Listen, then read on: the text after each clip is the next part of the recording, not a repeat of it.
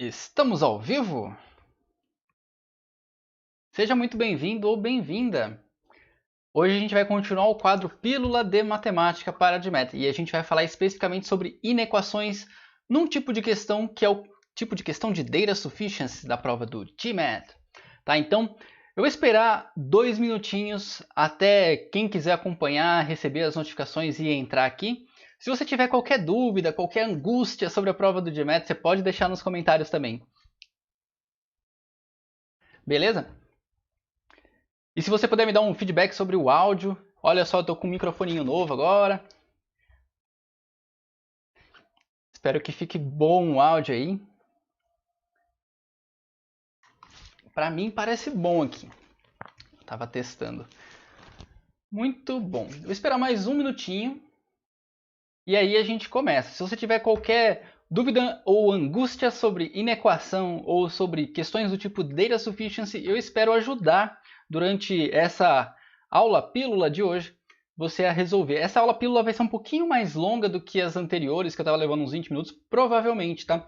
Porque eu vou explicar qual que é a estrutura das questões do tipo Data Sufficiency, vou dar vários exemplos e no final ainda vou deixar alguns exercícios para você praticar. Inclusive, se você quiser, pega uma caneta, pega um caderninho ou uma folha, enfim, para você poder fazer as questões que eu vou propor, tá bom? São agora 3 horas 2 minutos e eu vou avançar, tá? Então, vamos lá. Vou falar sobre inequações nas questões do tipo Data Sufficiency, mas antes de falar das inequações especificamente, eu vou falar sobre as questões do tipo Data Sufficiency. Uma coisa que você precisa ter em mente quando você vai encarar a prova do GMAT é que existem dois tipos de questão na parte quantitativa. Um tipo de questão você está super acostumado da escola, porque quando você estudou no ensino fundamental, no ensino médio ou mesmo na faculdade, as questões eram do tipo problem solving, que é um dos tipos de questões que caem no GMAT, tá? O outro tipo é data sufficiency, que é o que a gente vai trabalhar hoje. É diferente de problem solving. Deixa eu explicar. Problem solving é uma questão em que você tem uma pergunta, tem os dados dados pelo enunciado, você tem que fazer alguns cálculos e chegar numa certa resposta, a resposta correta. Você vai chegar num valor de resposta. Nas questões do tipo Data Sufficiency, você vai ter uma pergunta, você vai ter os dados que são oferecidos para você resolver a pergunta, mas você não precisa chegar num valor especificamente. Você só precisa ter a noção para dizer se as informações fornecidas elas são suficientes ou não para você responder a questão. Por isso que o tipo de questão de Data Sufficiency trabalha com... você não precisa resolver a questão inteira. Você só precisa ter esse conhecimento de matemática, o domínio suficiente para dizer se com aquelas informações você consegue resolver a pergunta do enunciado. Então, e outra coisa, questões do tipo Data Sufficiency são cerca de 30% da prova quantitativa. Tá? Pode ser um pouquinho mais, pode ser um pouquinho menos, mas gira em torno disso. Então, se você não conhecer a estrutura das questões de Data Sufficiency e for para a prova do GMAT, provavelmente você não vai mandar tão bem. Então, por isso que é importante saber de antemão. E não só saber que existe Data Sufficiency, mas saber a estrutura dessas questões e também saber as técnicas para você resolver mais rápido. Então, é isso que eu vou explicar para você hoje, tá? Hoje eu vou explicar... Então, inclusive, hoje eu vou explicar com um foco maior nas questões do tipo de inequações. Mas amanhã, domingão, às 2 da tarde, eu vou dar um aulão de Data Sufficiency. Super completo, com dicas, as maiores pegadinhas, enfim, exercícios para você praticar. Então, se você quiser, amanhã às 2 da tarde, separa a tarde do domingo aí para estudar Data Sufficiency, porque a gente vai ver. Hoje é basicamente um aquecimento, tá? e beleza, vamos lá. Estrutura das questões do tipo Data Sufficiency. A gente vai ter uma pergunta. Qual é o valor de x, por exemplo? E aí a gente vai ter duas afirmações. É o Statement 1 e o Statement 2. Tá? Sempre vai ser esse estilo de questão tá? De Data Sufficiency. Pergunta, depois duas afirmações que você tem que considerar, que são peças de informações que você vai levar em consideração para saber se aquilo é Data Sufficiency, né? Se aquela informação, aquela data, né? É suficiente. E aí tem as alternativas. Sempre as alternativas são exatamente as mesmas, tá? Em todas as questões do tipo Data Sufficiency. Inclusive, por isso você pode descobrir, você pode memorizar um esqueminha para você saber se a 1 for suficiente, você pode riscar as alternativas B, C e E, enfim. Eu vou mostrar tudo isso para você agora. Vamos conhecer as alternativas então, quais são. Tá? É importante você ler e entender muito bem cada uma dessas alternativas agora que você está começando a praticar. Mas na hora da prova você já tem que saber memorizada, inclusive. Tá? Então se a 1 for suficiente, pronto, você tem 2 alternativas possíveis. E aí você já elimina as outras, você não vai ficar lendo, pelo amor de Deus, você não vai ficar lendo as alternativas na hora da prova. Tá?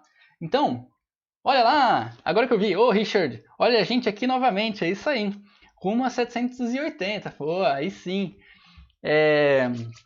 Então, vamos lá. A alternativa A fala o seguinte, que o statement 1 alone is sufficient, but statement 2 is not sufficient to answer the question asked. Ou seja, a primeira afirmação, que é essa aqui, ela é sozinha suficiente para responder a pergunta. Nesse caso aí, qual é o valor de x? É isso que a afirmação A está falando.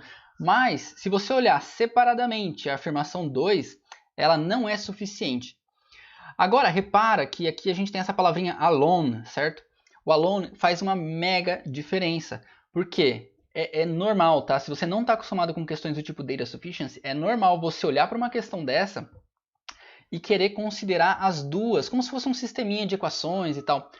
Não faça isso. Cagada. Cagada.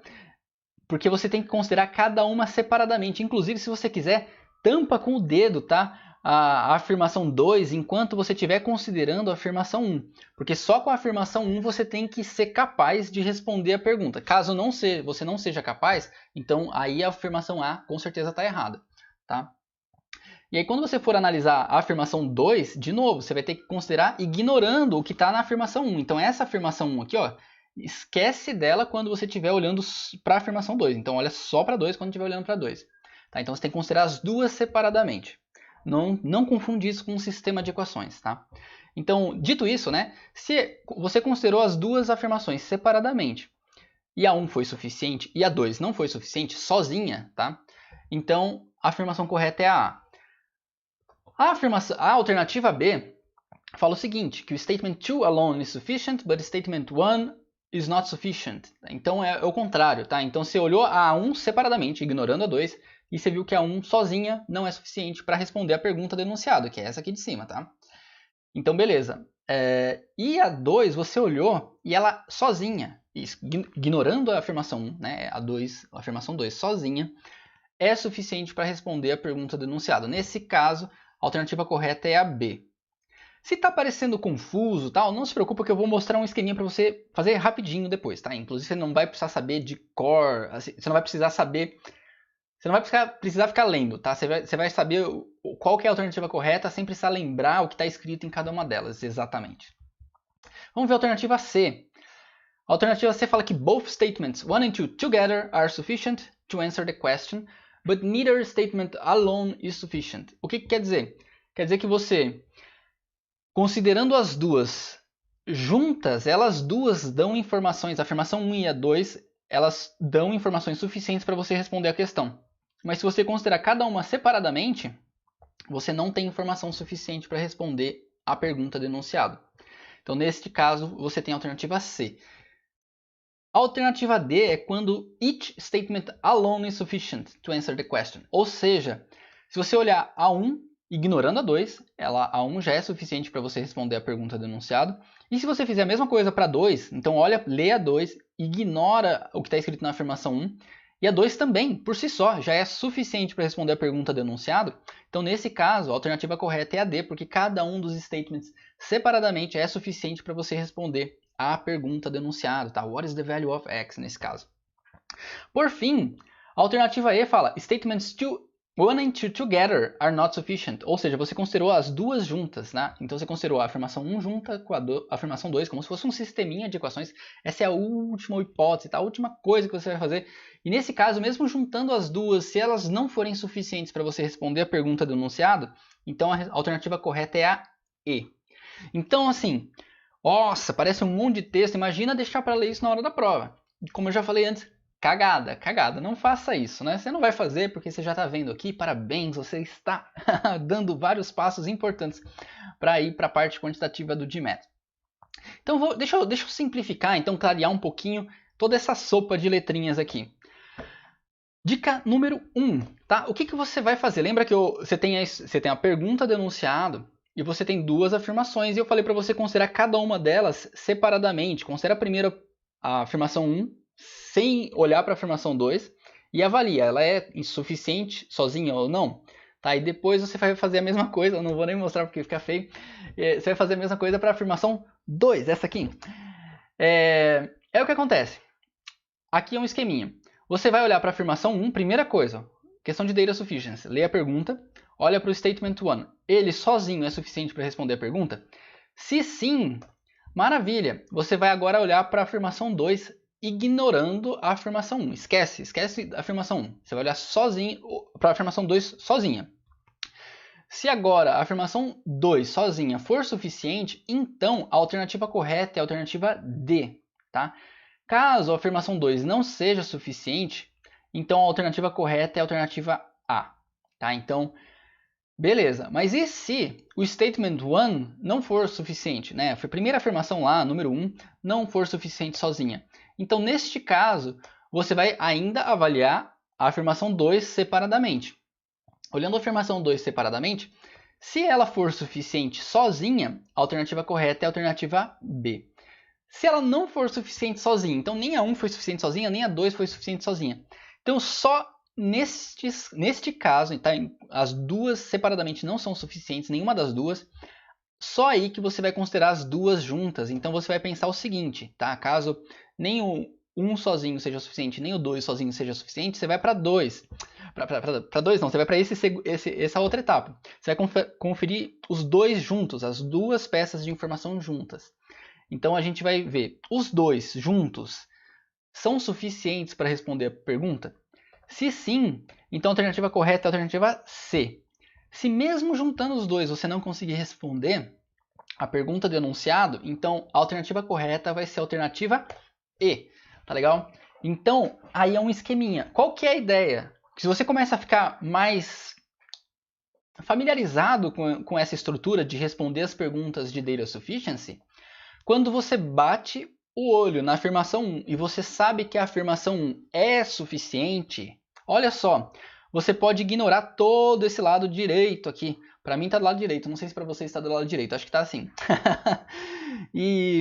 Ou seja, se a 1 sozinha for suficiente, você não vai marcar nem a B, nem a C e nem a E. Esquece essas daí. Ou é a A ou é a D. Tá? Isso aumenta as suas chances caso você não consiga avaliar muito bem a afirmação 2, porque aí se você tiver que chutar, você vai chutar entre a e a D, você não vai ficar chutando entre B, C e E também, tá? Então, essa é uma dica. E a mesma coisa, tá? Se você sabe que o statement 2 é suficiente, então se o statement 2 é suficiente, você pode ter a B, certo? Ou se o statement 2 for suficiente sozinho, você pode ter a D. Então, se o 1 for suficiente sozinho, pode ser A ou D. Se o 2 você tem certeza que é suficiente sozinho, você tem a B ou a D, tá? E aí, enfim, só no caso dos dois não serem suficientes, aí que você vai juntar os dois e aí pode ser só a C ou a E, tá? Então tem isso. Se você sabe que nenhum dos dois sozinhos, né, é suficiente, então você pode eliminar a alternativa A, a B e a D e depois você sobra só a C e a E. Se parece aquele negócio do outro mundo, né? Se você nunca viu isso antes, não se preocupa, porque aos pouquinhos, com prática, tá? Tem que sentar a bunda na cadeira. Você tem que ter, como tinha um professor meu que falava, depende da sua quantidade de horas bunda, né? Bunda na cadeira. Quanto mais você tiver praticando, mais fácil isso vai ficando para você. Para mim, no início, as questões de data sufficiency não faziam sentido nenhum. Eu olhava e falava, não estou entendendo por que não é alternativa A e por que é a C, enfim. Porque eu cometia a cagada de considerar as duas afirmações, a 1 e a 2 juntas, e eu tinha que considerar primeiro elas separadas. Então, agora que você está vendo essa aula, não comete esse erro, tá? Você pode dar um passo mais rápido do que eu dei no início, né? Que eu não li as instruções, não li o manual de instruções antes de ir para as questões. Aí eu fui para as questões e aí eu tentava ler as alternativas, era horrível. Então não faça isso, tá? Muito bom. Deixa eu ver aqui. Vamos avançar. Então essa é a dica número 1, tá? A dica número 1 para você entender o esquema das alternativas.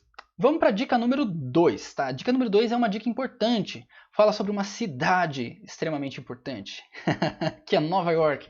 E eu vou dizer que New York is not sufficient, porque qual que é a ideia do is not sufficient? A gente quer que a gente consiga avaliar que uma questão tem informações suficientes para responder, para ser respondida, né? Então, quando a gente tiver o não e o sim, ou seja, o no e o yes, que eu vou usar aqui como sendo New York, lembra de New York porque tem o no aqui, é o no e o yes. Sempre que para uma certa pergunta você puder responder com sim ou não, a mesma pergunta, você tem duas respostas distintas, tá? A resposta não é única, então a afirmação que você está usando para responder a pergunta não é suficiente. Tá? Vamos dar um exemplo para concretizar isso aqui. O x é maior do que 2, ou perdão, é igual a 2 nesse caso.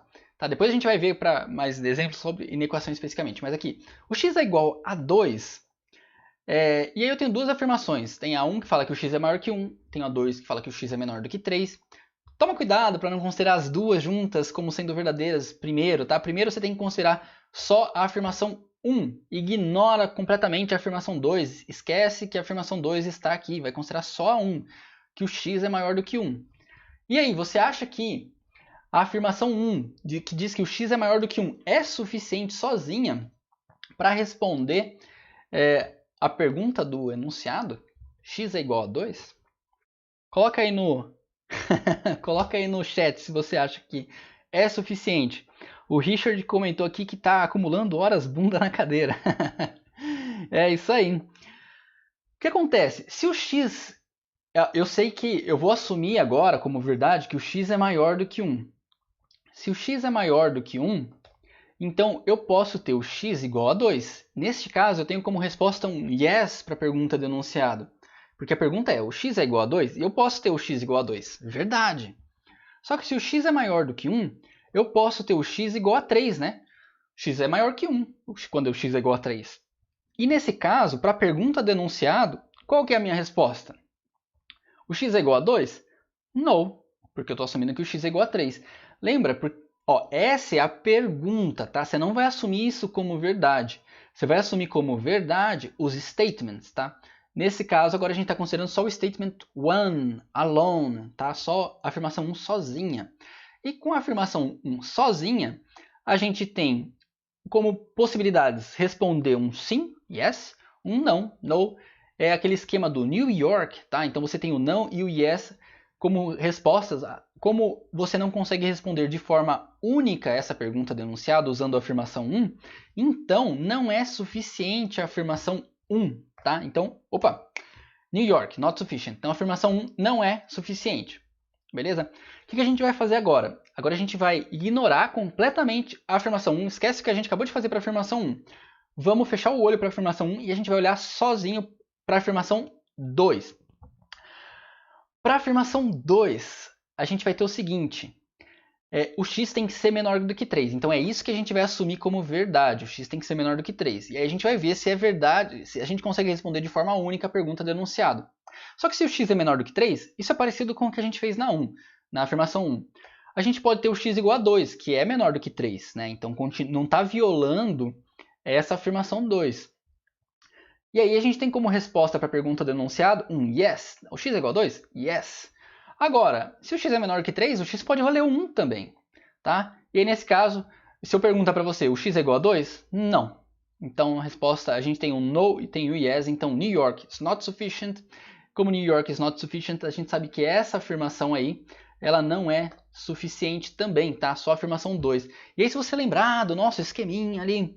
Vou até voltar, não gosto de ficar voltando a apresentação, mas olha só, se a gente sabe que nem a 1 é suficiente e nem a 2 é suficiente, o que a gente tem que fazer agora? A gente tem que comparar a 1 e a 2 juntas. Comparando a 1 e a 2 juntas, a gente só tem como alternativas corretas ou a C ou a E.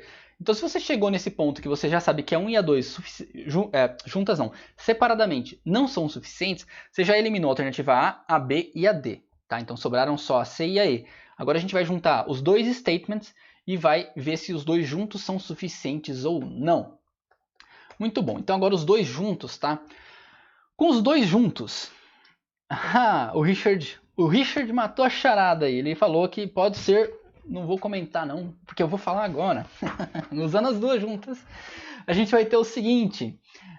O x pode ser igual a 2, né? Porque o x é maior do que 1 e o x é menor do que 3. E o x pode ser igual a 2, mas isso é suficiente? Ah, rapaz... Não é, porque em nenhum momento eu falei que o x é um número inteiro, tá? Muita gente erra nessas situações de questões de data sufficiency, porque incorretamente assume que o x é um valor que você consegue contar nos dedos, né? Você não tem 1,1 dedo, você tem um dedo, 2 dedos, 3 dedos, 4 dedos, enfim. Muita gente acha que a gente está falando de números inteiros, mas não necessariamente. Quando, numa questão do GMAT, não for explícito que o número é um inteiro, então quando você tem um integer, tá? Se não tiver integer escrito, você não vai considerar que o x ou a letrinha que tiver ali é um número inteiro, tá? De modo geral, para todas as questões do GMAT, você trabalha com números reais. Números reais podem ser números quebradinhos, tá? Por exemplo, 1,2, certo? E nesse caso, ó, repara que o 1,2 ele é maior do que 1 e menor do que 3. Então a gente continua atendendo as afirmações aqui. Só que, para a pergunta, o x é igual a 2, a gente tem como resposta o no. Então é... New York, tá? New York is not sufficient. Ó, pode ser 1,971, o 2,999. Então, para todas essas a gente tem o no, mas a resposta não é única, porque a gente também pode ter o x igual a 2. Nesse caso, a gente tem, nem juntando as duas, a gente tem informação suficiente para responder a pergunta do enunciado. Portanto, alternativa E, certo? Então, o Richard acertou lá, ele falou que pode ser, o x pode ser 1,1, né? Se a gente mesmo considerando as duas, então tá certo isso. E aí, o próximo passo, né, no seu estudo é você conseguir conectar isso com a alternativa E. Você sabe que nem as duas juntas são suficientes para responder a pergunta, então você tem que saber, bom, se as duas juntas não servem, não são suficientes, a alternativa correta é a E. Tá? Então, se você tiver dúvida, qualquer coisa, depois volta na gravação dessa live aqui, e aí você vai conseguir ir memorizando isso, mas pega para fazer exercícios também. Se você, por um acaso, tem os livros oficiais do GMAT, aqui tem um monte de questão de data sufficiency para você praticar, então você pode fazer muita questão, tá? E são questões oficiais, isso te ajuda bastante. Muito bem, dadas as dicas, o exemplo 2 é esse aqui. Se você quiser, aproveita enquanto a corujinha passa na tela, pausa esse vídeo e aí tenta resolver sozinho, tá? Se não, se você estiver ao vivo aqui, quiser acompanhar a resolução, eu vou resolver agora. O que acontece? If x is positive, is square root of x greater than 50? Então, o x é um número positivo e eu quero saber se a raiz quadrada de x é maior do que 50. Essa é a pergunta, tá? A raiz quadrada de x é maior do que 50? Não sei nem qual é o valor de x ainda, então vamos olhar para as informações, né, para as afirmações 1, primeiro, sozinha, e depois para a afirmação 2, e a gente vai ver se a gente consegue concluir que a raiz quadrada de x é maior do que 50. O que acontece, tá? Eu vou fazer o seguinte, se eu sei que os números são positivos, o resultado de uma raiz quadrada é sempre positivo, tá? Isso por definição. O resultado da raiz quadrada sempre vai ser um número positivo dentro do conjunto dos reais. Depois a gente pode ter, se a gente fosse para o conjunto dos imaginários, seria outra história, mas isso não é avaliado no GMAT. Então, sempre considera a raiz quadrada, o resultado da raiz quadrada é sempre um número positivo. Tá? E eu estou falando que um número positivo é maior do que um outro número positivo, que é o 49. Quando a gente tem isso numa inequação, um número positivo de um lado e um número positivo do outro, não tem problema nenhum, tá? Você elevar ao quadrado dos dois lados. E qual que é a vantagem de você elevar ao quadrado dos dois lados nesse caso? Porque você tem a raiz quadrada de x menos 1 aqui. E quando você eleva uma raiz quadrada ao quadrado, a raiz quadrada ela desaparece, né? E como o x menos 1 aqui a gente sabe que é um número... Aliás, como o x a gente sabe que um número é um número positivo, a gente nem precisa se preocupar com o sinal do que vai sobrar aqui, tá? Porque ou a gente... eu não vou nem entrar no detalhe, né? O x pode valer 1 e aí essa subtração aqui seria 0, mas enfim, o resultado dessa subtração nunca vai ser um número negativo, tá? Então, o ponto é, estamos elevando ao quadrado por quê? Porque a gente quer se livrar dessa raiz quadrada. Tá? Se a gente quer se livrar dessa raiz quadrada, a gente eleva ao quadrado. E aí a gente vai ter que calcular quanto que é 49 ao quadrado. E aí entra, ou você pega, vai no papel e faz a conta do 49 ao quadrado, coloca 49 vezes 49, faz a conta lá rapidão, se você quiser, se você estiver fazendo a prova quando já puder usar o bloquinho de anotações, o que não é possível por enquanto, né? Ou você usa a lousinha, se você for fazer a prova oficial do GMAT, e você vai usar o whiteboard físico, né? A lousinha física, você pode montar também 49 vezes 49 lá e fazer a conta. Se você estiver fazendo só no digital, né?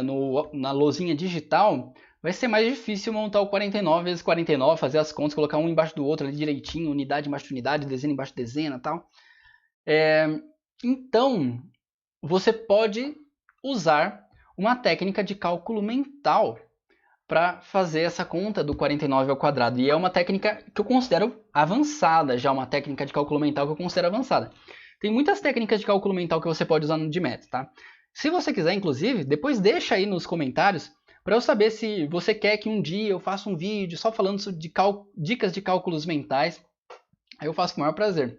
Mas eu vou compartilhar uma aqui com você que é a seguinte, tá? Que vem de produtos notáveis. Um negócio que a gente aprende na 7ª série, lá do ensino fundamental.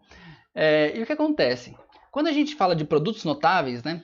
O a menos b elevado ao quadrado é um tipo de produto notável. Então imagina que você tem um número menos o outro e essa diferença está elevada ao quadrado. Diferença é uma subtração, né? E essa subtração de dois números está sendo elevada ao quadrado. O resultado dessa subtração sempre vai ser a ao quadrado, ou seja, esse primeiro número ao quadrado, menos 2 vezes o a vezes o b, ou seja, o primeiro número vezes o segundo, tá aí multiplicado por 2 ainda, mais o b ao quadrado. Então é o segundo número que aparece aqui elevado ao quadrado. Tá, isso parece vem da álgebra, né? Mas você pode aplicar na aritmética. Por quê? A álgebra nada mais é do que a aritmética com letrinha, tá? A álgebra é uma generalização da aritmética, tá? É a mesma coisa, só que com letrinha. Então, a gente pode pegar os resultados da álgebra e aplicar na aritmética. E por que você está falando tudo isso? Porque é o seguinte, a gente tem que elevar o 49 ao quadrado. Mas o 49, a gente não pode escrever como sendo 50 menos 1? Pode sim. Tá, pode escrever como 50 menos 1. Isso é 49 ao quadrado. Tá, quando eu levo ao quadrado aqui, né? Então, eu tenho essa situação do a menos b ao quadrado. E eu posso fazer 50, o resultado de 49 ao quadrado, então vai ser a mesma coisa que isso ao quadrado, que vai ser a mesma coisa que 50 ao quadrado, porque é o primeiro ao quadrado, menos 2 vezes 50 vezes 1, tá? 2 vezes o primeiro vezes o segundo, mais o segundo ao quadrado. E neste caso, você vai ter que elevar o 50 ao quadrado. Aí você vai falar, meu Deus, quanto que é 50 ao quadrado? E é simples demais. Por que é simples demais? Quanto que é 5 ao quadrado? 25, certo? E se você tem os 50, você tem um zerinho a mais aqui quando você vai elevar ao quadrado, no número que você vai elevar ao quadrado. Basicamente, você vai pegar e vai colocar 2 zeros na sua resposta. Então, além do 5 ao quadrado, que é 25, você vai colocar mais 2 zerinhos. Isso vai dar 2.500, tá? 2.500 aqui. Aqui eu já fui direto para a resposta, mas aqui você vai ter 50 ao quadrado é 2.500, porque é o 25, porque é do 5 ao quadrado, mais 2 zerinhos. Então, 2.500 menos 2 vezes 50 vezes 1 é 100. Então, 2.500 menos 100 dá 2.400. Mais 1 dá 2.401. Repara que isso, se você tem que fazer... Imagina que você tem que fazer 49 ao quadrado. Você tá fazendo lá no Digital Whiteboard, tá? E você, vai se embananar inteira lá para fazer 49 ao quadrado. Se você conhece esse outro caminho, tá, que vem dos produtos notáveis, que eu fortemente recomendo que você saiba, tá? Produtos notáveis, fatoração é super importante, principalmente para você fazer questões mais difíceis de álgebra. Mas se você já sabe isso, você pode usar esse atalho para calcular, inclusive, quanto que é 49 ao quadrado. Tá? Que nesse caso aí, então, vai ser 2.401, porque é fácil a gente calcular 50 ao quadrado, 2.500. É fácil a gente calcular 2 vezes 50, que é 100. E 1 ao quadrado nem se fala, né? Então aqui a gente tem, bom, voltando, né, à nossa inequação, lembra? A gente tem essa inequação aqui. A gente tem aqui que o x menos 1 é maior do que o 2.401. Ou seja, agora eu vou fazer o seguinte, tá? Eu tenho essa inequação aqui, esse menos 1 eu vou passar para o outro lado somando. Ou você pode pensar que eu vou adicionar uma unidade dos dois lados da inequação. Então aqui, adicionando uma unidade no primeiro termo, esse menos 1 vai embora com o mais 1 que eu coloquei. E aqui o 2.401 com o mais 1 vai ficar 2.402. Logo, sobra no primeiro termo o x, x é maior que 2.402. E aí, por que eu estou dizendo que não é suficiente para dizer que a raiz quadrada de x é maior do que 50? Para a raiz quadrada de x ser maior do que 50, eu tenho que ter o x maior do que 2.500.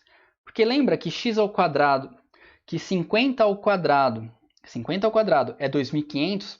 Então, para a raiz quadrada de x ser maior do que 50, eu tenho que ter o x tem que ser um número maior do que o 2.500. O 2.501 já é suficiente, tá? O problema é aqui que se eu falo que o x é maior do que 2.402, eu até posso ter o x igual a 2.501, certo? Mas eu também posso ter o x igual a 2.403. Então a gente vai ter aquele esqueminha do New York, né? A gente pode ter como resposta, sim, a raiz quadrada de x é maior do que 50. É só você pegar o 2.501 como exemplo, porque vai ser maior do que 2.402. Mas você poderia pegar o 2.403, que ainda é menor do que 2.500, e aí daria como resposta um não para essa pergunta, né? O x é menor, a raiz quadrada de x é maior do que 50, e aí para o x igual a 2.403, isso não seria verdade. Tá bom? Então, o que acontece? A 1 não é suficiente. Vamos fazer agora a análise olhando para 2, tá? Afirmação 2. E aí a gente vai usar a mesma estratégia. Como a gente tem a raiz quadrada aqui do x mais 1, para eliminar a raiz quadrada, a gente vai extrair a raiz quadrada, não, a gente vai levar ao quadrado dos dois lados, como está sendo mostrado aqui. Logo, a gente vai conseguir tirar essa raiz quadrada daqui, porque quando a gente está levando uma raiz quadrada ao quadrado, o que sobra vai ser o que estava dentro da raiz quadrada. Isso, lembrando, observação importante, lembrando que é porque o resultado aqui de dentro, né, a gente sabe que nunca vai ser um número negativo, tá? Porque aqui o x é positivo, tá? E agora a gente vai usar este outro produto notável, que é muito parecido com o primeiro que a gente usou. A diferença é o sinal aqui, tá? O sinal aqui é mais, então aqui, antes do 2ab, a gente vai ter o sinal positivo. Ok? E aí a gente vai fazer o seguinte, então. Lembra? Com o ao quadrado aqui a gente cortou a raiz quadrada, sobrou só x mais 1 desse lado da inequação. Do outro lado da inequação, eu vou reescrever o 51 como sendo o 50 mais 1. Olha só, estou separando ali para facilitar, para eu poder usar essa estrutura que eu já conheço. Então eu sei que 50 mais 1 elevado ao quadrado vai ser 50 ao quadrado, que é o primeiro ao quadrado, mais 2 vezes o primeiro, que é 50 vezes o segundo, mais o segundo ao quadrado. Então, aqui a gente já sabe que é 2.500, aqui a gente sabe que vai dar 100, então 2.500 mais 100 dá 2.600, mais 1 dá 2.601. Logo, x mais 1 é maior que 2.601, e se eu subtrair uma unidade dos dois lados aqui, para ficar só com o x no primeiro termo, né, a gente tem mais 1, vai ficar menos 1, mais 1 menos 1, vai tirar esse mais 1 daqui, e aqui a gente vai ter 2.601 menos 1, perdão, vai ficar 2.600. Logo, x maior do que 2.600 é a nossa conclusão aqui. E com isso a gente consegue afirmar que a afirmação 2 é suficiente, porque se o x é maior que 2.600, com certeza o x é maior que 2.500, né? E para que a raiz quadrada de x seja maior que 50, a gente precisa que o x seja maior que 2.500. Como ele é maior que 2.600, 2 é suficiente. Se a 2 é suficiente e a 1 não é suficiente, a alternativa correta é B, B de bola.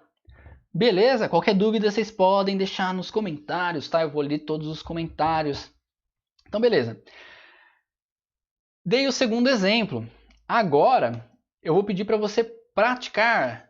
Se você quiser praticar, ó, quem está online agora, deixa nos comentários aí. Você quer praticar? Se você disser que sim, eu vou esperar você responder a essa pergunta e colocar aí nos comentários, tá? Se não, eu vou deixar aqui, depois quem estiver vendo depois... coloca nos comentários, né? O Richard colocou claro que sim, então eu vou esperar. É o seguinte, eu vou ler a pergunta com você. If e is an integer between 10 and 100, exclusive, tá? Então, eu vou explicar o que é isso. What is the value of e? Então, a gente quer saber qual é o valor de e. E o e é um inteiro entre 10 e 100, tá? Exclusive quer dizer que você não está incluindo nem o 10 e nem o 100, tá? Se você tivesse aqui inclusive, você estaria incluindo os extremos, o 10 e o 100. Então seriam valores possíveis para o e, né? Mas como está exclusive, então você não vai considerar nem o 10 nem o 100. Ou seja, você está considerando, você tem um inteiro entre que vai do 11, o primeiro possível valor é o 11 até o 99. Ok, e você quer saber qual é o valor de E? A afirmação 1 fala, um dos dígitos do E é 2 vezes o outro. Então, se você... Bom, enfim, vou deixar vocês resolverem. Vou ficar caladinho aqui. Se você chegar em alguma conclusão, você coloca nos comentários. Toma um gole d'água.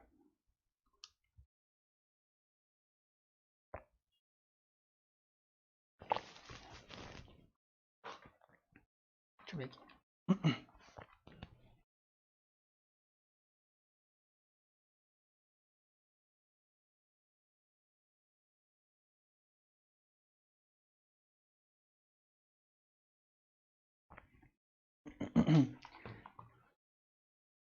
E aí, a 1 é suficiente ou não?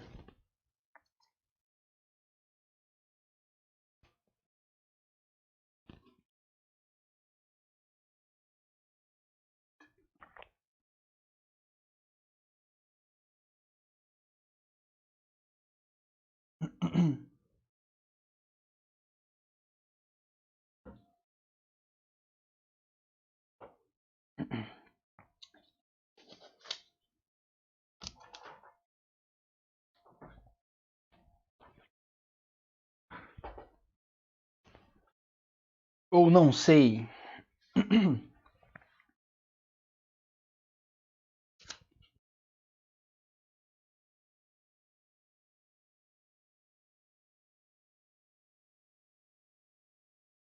Ou preciso de ajuda?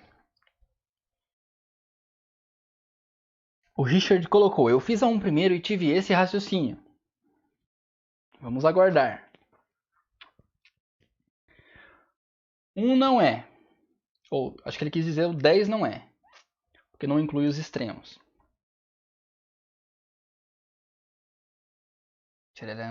Tô olhando aqui pelo celular.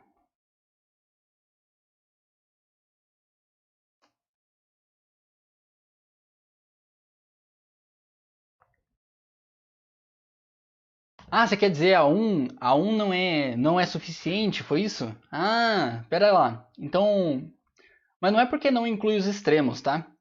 Vamos lá. Vamos pensar em situações possíveis para esse valor de E.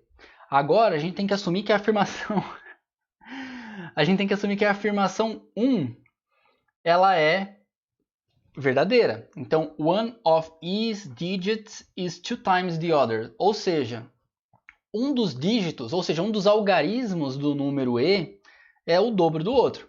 Então, que possibilidades vocês têm aqui? Você pode ter o 12. O 12 pode ser um valor para o E. Por quê? O algarismo das unidades, que é o 2, é o dobro do algarismo das dezenas, que é o 1. Então, o 12 é possível. O 21 pode ser também? Pode ser também, porque o algarismo das dezenas, é o 2, é o dobro do algarismo das unidades, que é o 1. Então, você pode fazer uma enumeração. Essa é uma das técnicas de resolução de problemas, enumerar uma lista, porque você sabe que são valores finitos, né? Então, vamos pensar, quais são os números, os números de dois algarismos, né, que tem um dos algarismos igual ao dobro do outro. Então, a gente tem o 12, a gente tem o 24, a gente tem o 48, certo? E a gente tem também os que são equivalentes a eles, né? Que são o 21, tem o 42 e tem o 84 também. Então, eu tenho aqui minha colinha aqui, que eu fiz antes. Então, você tem 6 possíveis valores que atendem à condição do enunciado de que você tem um número inteiro entre 10 e 100. Então, tanto o 12 quanto o 21, o 24, o 42, o 48 e o 84 satisfazem a restrição do enunciado, são números inteiros entre 10 e 100. E também tem um dos dígitos igual a 2 vezes o outro. Tá? Então, se a gente tem 6 valores possíveis, a gente não tem como dar uma resposta única para a pergunta do enunciado considerando somente a afirmação 1. Logo, a afirmação 1 não é suficiente. Se não é suficiente, você pode eliminar a alternativa A e a alternativa D. Tá? Então, sobram só a B, C ou E como possibilidades. E agora a gente tem que avaliar a afirmação 2 separadamente, ignorando a afirmação 1. Tá? Ignorando. Vamos lá. o Richard falou, eu creio que as duas não são suficientes.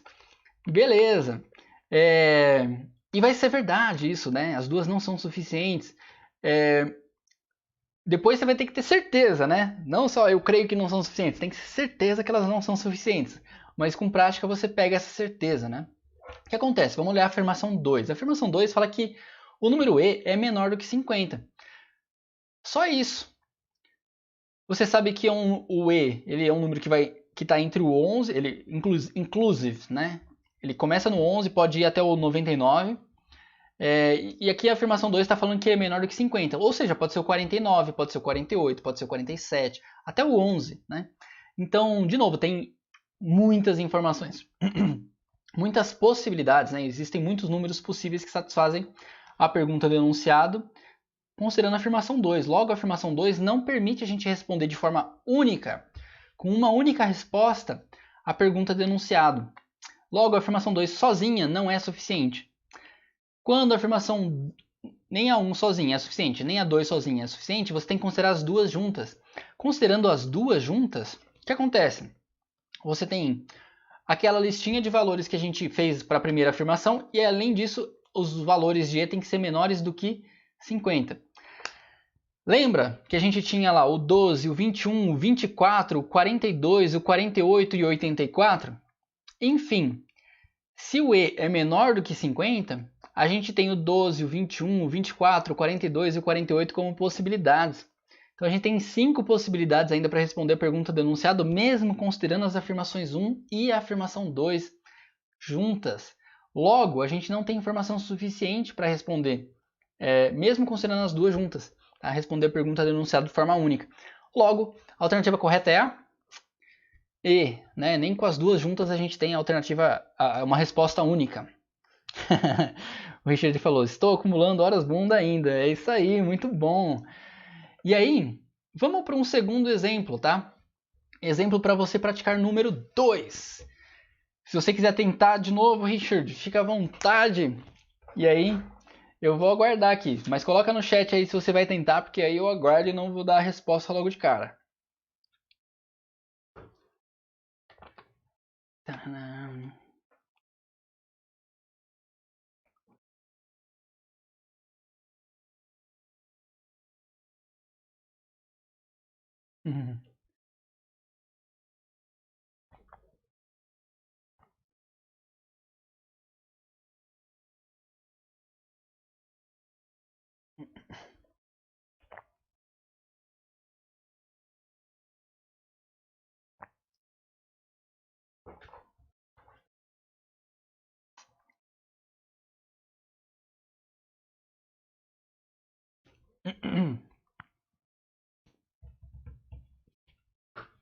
E aí, eu posso resolver essa aqui direto? Vou responder então, hein? Ah não, o Richard falou, ok, tentarei. Então, ok, aguardarei.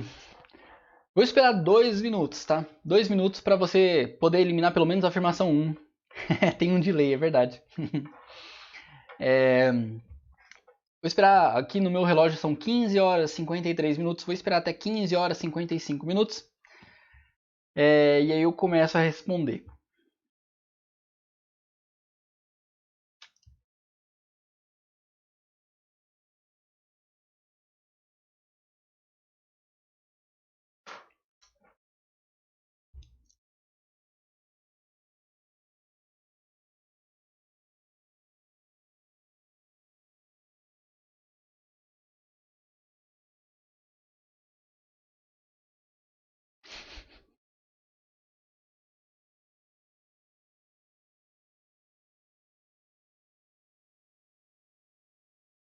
Banana.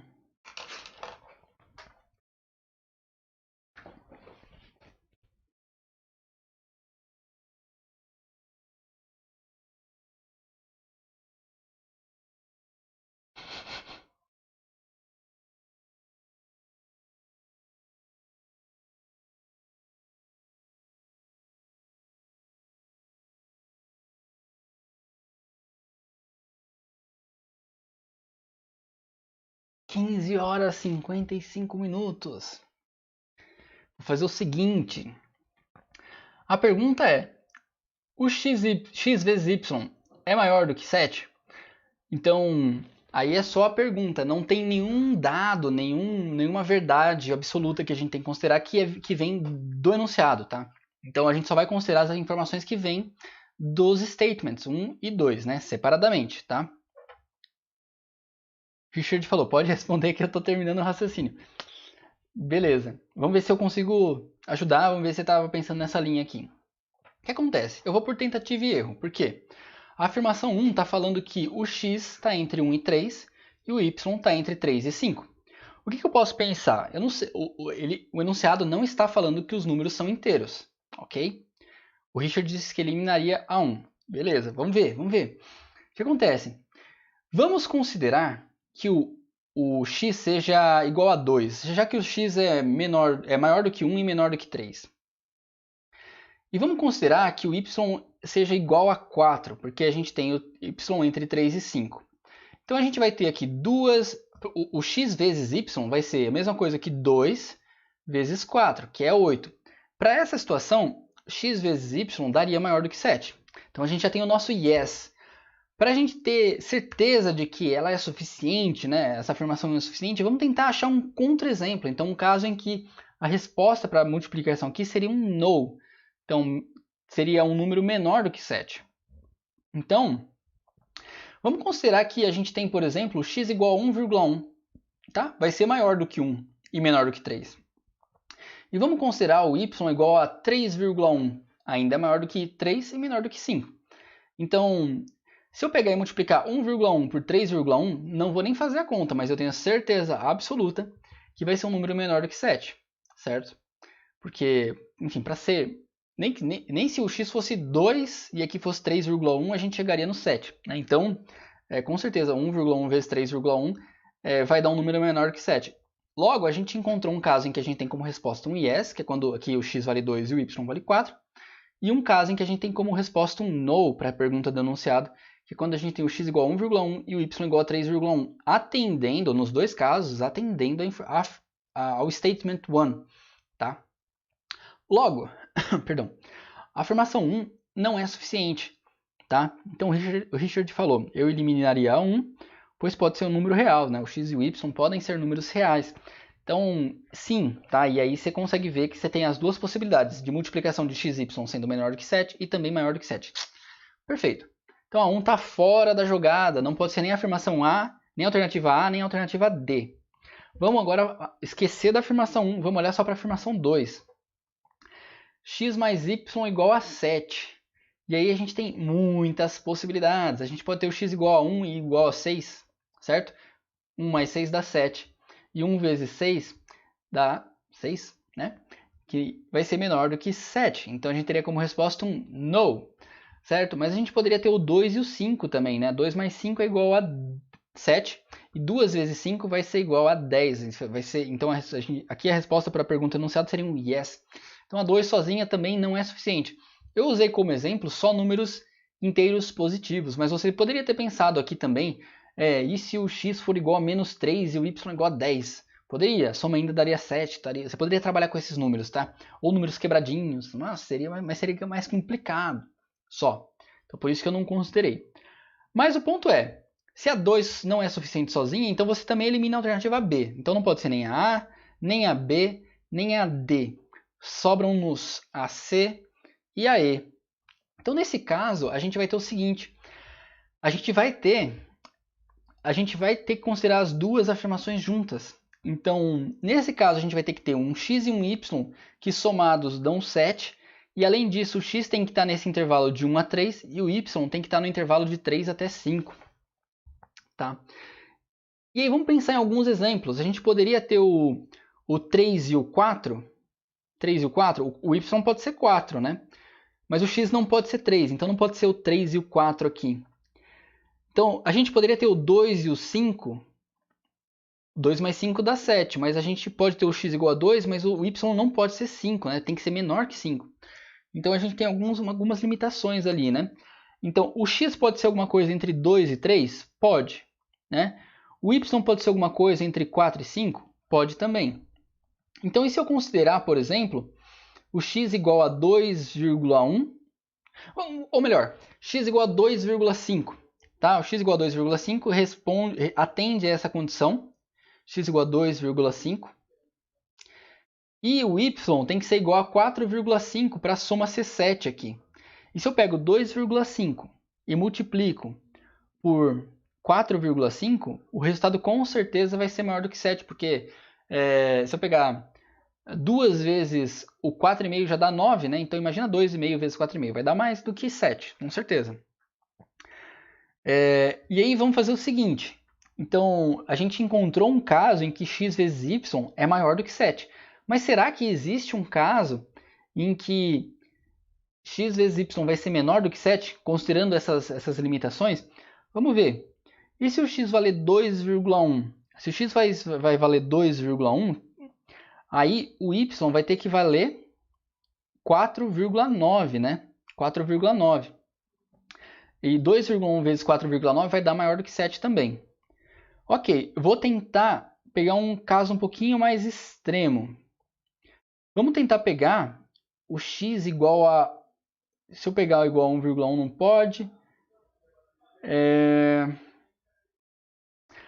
O x igual a 2,1 é o menor valor de x. O menor valor de x não, eu posso pegar 2,0001. Mas enfim, é um dos menores valores que a gente pode pegar para o x. Porque se eu pego um valor, por exemplo, menor do que 2, né, aí isso obrigaria o nosso x, o y a ser 5. Então, o menor valor que eu posso ter para x aqui é 2,1. Então, eu teria 2,1 vezes 4,9, que daria maior, bem maior, né, do que... Então, num dos extremos a gente teria um valor pequeno de x e um máximo de y, e a gente teria uma multiplicação que é maior do que 7, tá? Então, a gente tem um caso aí em que a resposta também para x e y, que a multiplicação do x e do y, é sim maior do que 7. Então a gente encontrou dois casos em que a resposta seria sim. Será que tem algum outro, né? Você pode inclusive buscar, mas você não vai encontrar. Tá? Então, o que acontece? A gente tem aqui evidência. Se você quiser, você pode buscar mais exemplos. Tá? Vamos fazer... Deixa eu ver se o meu Windows vai permitir isso aqui. Eu queria fazer um bloquinho de notas aqui. Eu não vou nem fazer um bloquinho de notas. Vou fazer o seguinte. Windows, help me.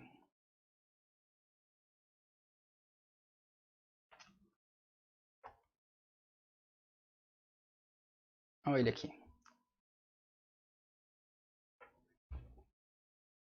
O computador está um pouquinho lento. Eu só quero abrir o bloco de notas.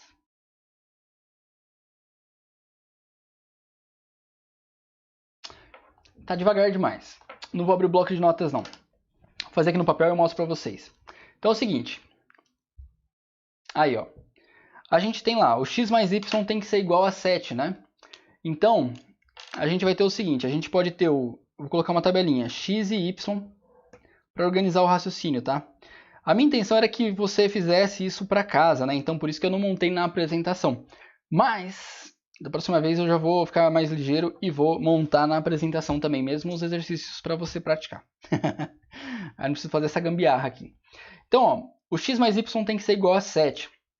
Eu posso ter o x igual a 2,1, y igual a 4,9, a soma dos dois dá 7 e a multiplicação vai ser x vezes y maior do que 7. Só para você entender o que eu estou fazendo é isso aqui, ó. E eu nem sei se está focando exatamente a imagem. Eu espero que sim. Deixa eu ver se está focando. Eu consigo ver por aqui. Tá focando. Aí, opa, um pouquinho mais para lá. Aí. Tá. Beleza? Então eu fiz um dos casos. Eu vou explorar os casos extremos, então. Deixa eu tentar chegar no 2, no x, que é um valor bem próximo do limite superior para x aqui. X igual a 2,9. Se o x vale 2,9, o y tem que valer 4,1. E a multiplicação dos dois dá maior do que 7, tá? Dá maior que 7. Que foi o que eu tinha falado, né, verbalmente, mas agora eu estou colocando aqui por escrito. Se o x vale no meio ali, 2,5, o y tem que valer 4,5, porque aí a soma dos dois dá 7. E aí o resultado de x vezes y ainda é maior do que 7. Então, mesmo pegando exemplos que estão no meio do nosso intervalo para x e para y, ou no extremo com x menor possível, ou no extremo com o x maior possível, a gente tem a resposta sempre sendo que o xy é maior do que 7. Logo, a resposta é única, tá? Nesse caso, não demonstrei algebricamente, mas a gente foi por tentativa e erro, tentando encontrar contra-exemplos e não encontrou. Então, nesse caso, a gente pode dizer que a afirmação 1 e 2 são suficientes juntas, tá? E nesse caso, a alternativa correta é a alternativa C. C de casa, tá bom? Aqui eu não demonstrei matematicamente que é verdade, tá? Mas você pode tentar buscar vários exemplos também, até o momento em que você se convencer de que, beleza, eu não vou encontrar uma alternativa que xy é menor do que 7, tá? Então é isso, espero que tenha sido útil, tá? A aula de hoje. Uau! Espero que tenha sido útil, espero que você tenha aprendido coisas novas, né? Amanhã, só para você ficar ligado, amanhã, domingão, às 2 da tarde, eu vou fazer um aulão de Data Sufficiency. A gente não vai focar exclusivamente em questões de inequações, tá? A gente vai focar em diversos tipos de problemas que podem aparecer em Data Sufficiency. E vai funcionar da seguinte maneira, eu vou dar um aulão, então eu vou repetir uma parte do que eu falei hoje, que é bem aquele comecinho lá, mas eu vou dar um número maior de exemplos resolvidos. Depois, os exercícios para você praticar, eu não vou fazer ao vivo durante, tá, a nossa aula de teoria. Eu vou deixar disponível um link com um simulado para você fazer. Aí você tem que fazer, se você quiser, claro, né? Quiser praticar amanhã. Depois da aula da live com a teoria e os exercícios resolvidos, você vai ter o link com o simulado para você fazer.